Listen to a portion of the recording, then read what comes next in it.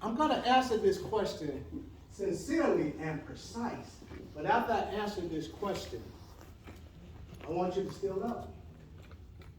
And he said, black people changed when our music changed. Yeah. When we started calling each other N-word, B's, and H's, we changed. So let's walk down that journey or that narrative for a moment. I just want to have a real heart-to-heart. In the 60s, James Brown was singing about what? Say it loud. I'm black and I'm proud. Right. In the 70s, we had Marvin Gaye. Gladys Knight, Marvin Gaye, singing about Midnight Train to Georgia, What's Going On, all of those songs. In the 80s, what happened? We had Michael Jackson singing about Thriller, Beat It, and it was about dancing and having a good time. Well, right about the mid-80s, there was this gentleman that came out of Miami. Y'all might know his name. She know him. Luther Campbell. Everybody knew, they just don't want to sing it.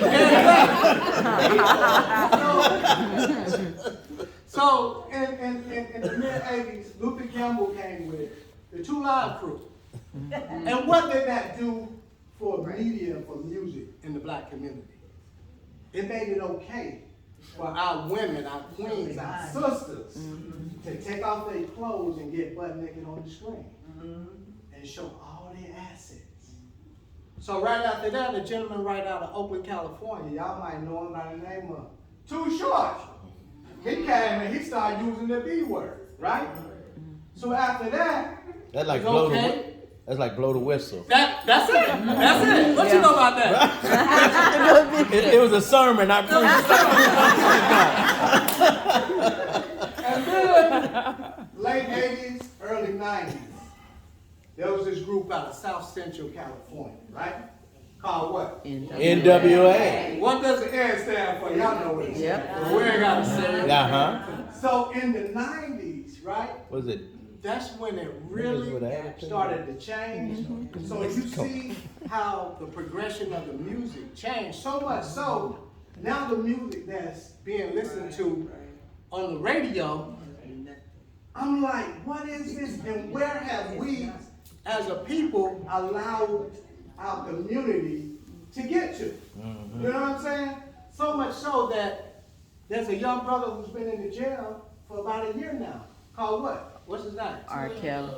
Young Thug. Y'all know that. Young Thug.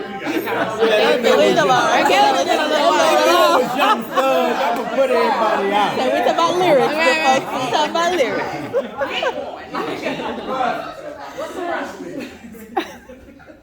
He's been incarcerated now for a year because of what? Something called a RICO charge. Because of lyrics that he put in a song. Now just think about that.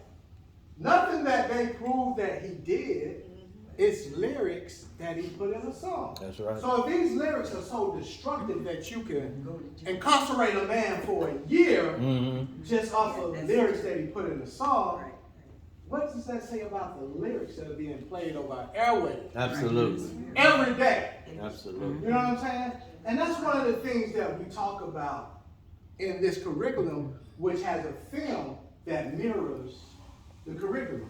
So you can scan a QR code in this book, and it will take you to a segment in the film, and you'll see that segment, and with seeing that segment, you'll have an exercise to do. It's called a curriculum journal. So you see Dr. Frazier right there, Dr. George Frazier. So there's a QR code in here that you'll scan, and it'll take you to his segment. But the exercise simply says, it's called Face the Music. This is Face the Music right here. And what does that exercise do? What do we do in that exercise? So let me just read a little bit for you. Face the Music is simply asking this question. Is this music on code or is this music off code? Because that's what B1 is about. It's about being on code. It's time now that we get on code and restore this chaos that's going on in the community, the anger, violence. I had one of my other film producers I was talking today said, Rick, I don't know what's going on in the world. Said, a dude literally cut me off in the street, and he hopped out the car and wanted to fight me as if I had cut him off. And was ready ready to fight about cutting somebody off. And people are literally shooting and killing each other for simply cutting somebody off. But it's all to me. It's all media and it's all the music. So Face the Music simply says the objective. Analyze the lyrics of your top favorite songs. And y'all can do this at home too. Or y'all can go by the curriculum. I'll give y'all the website at the end. And do this exercise. But it simply says, analyze the lyrics of your top favorite songs to determine whether they are on code. This activity will encourage critical thinking about the media you consume and foster discussion on the topic of appropriateness in entertainment.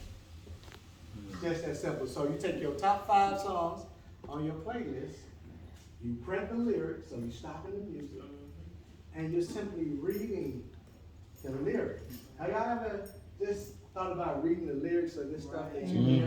Oh, yeah. And how crazy it sounds? Oh, yeah.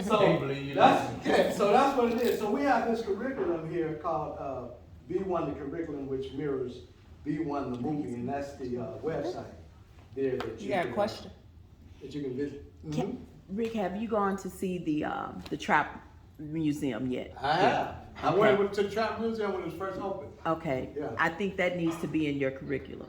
One of the things that I thought was interesting when I saw that yesterday is that it said trap music didn't create dope. Dope created trap music. And dope's been around way before even the lyrics that you're talking about. Even as you're speaking, because I'm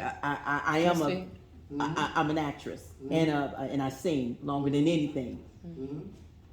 You take me back to Rick James and even Prince, even before the rappers came. There's still some things that's in those lyrics that began to shift and change us in that mindset of what Candace and I are talking about. So I love everything that you said, and Candace and I both back in St. Louis, we work in schools. I want to get with you, brother, so that I can get your curriculum and we take it back into these schools with the children, because you've already created. We don't need to recreate the wheel. We just need to partner, right? Exactly. And that's what Collaboration. It's the Yes. But I need you to add that piece in there for me, because when I saw that yesterday, I said, okay, I need to write this curriculum and put this. But why do I need to when you already getting started? How about I just encourage you to do it? Then we'll have the full package. Now, one point. So you're saying take The trap music is what they're listening to right now. So you giving the examples of taking us back to, but for them, if they can't connect to it right now with who am I listening to right now? Who are you talking about in here right now that relates to me? Because everything that you all might be talking about, you dealt with that. That's not what I'm dealing with, but they are in the trap music era right now. Right. That's what we have to speak to. I highly encourage that you add that. And give them some examples of some of the artists and some of their history. It's some positive history behind it. One of the things that I found positive in it, as much as I was saddened by what I was seeing there, it also made me say, you know what? No matter what you put up against us, from slavery to injustice, we'll rise above it. Poverty, we'll rise above it. We'll do it in our own way. Here, Tip has a whole room with his guns, and we know he had got hit with those gun charges, but now he making $30 every time we go in there and see that room. Yeah. And he telling us, I had the guns, here they are. Take a picture of it. He's making money off it. We learn how to rise above adversity. But the thing is, like I said to you all earlier, what we want to do through our systems is make sure that you don't fall and fail, because you're already at that place where we need to bring these other youngsters up to your levels. We got to make sure you're okay. So just add that. Okay, got you. And thanks for that. So for more information, b1themovie.com. Thank you. Yes. I'm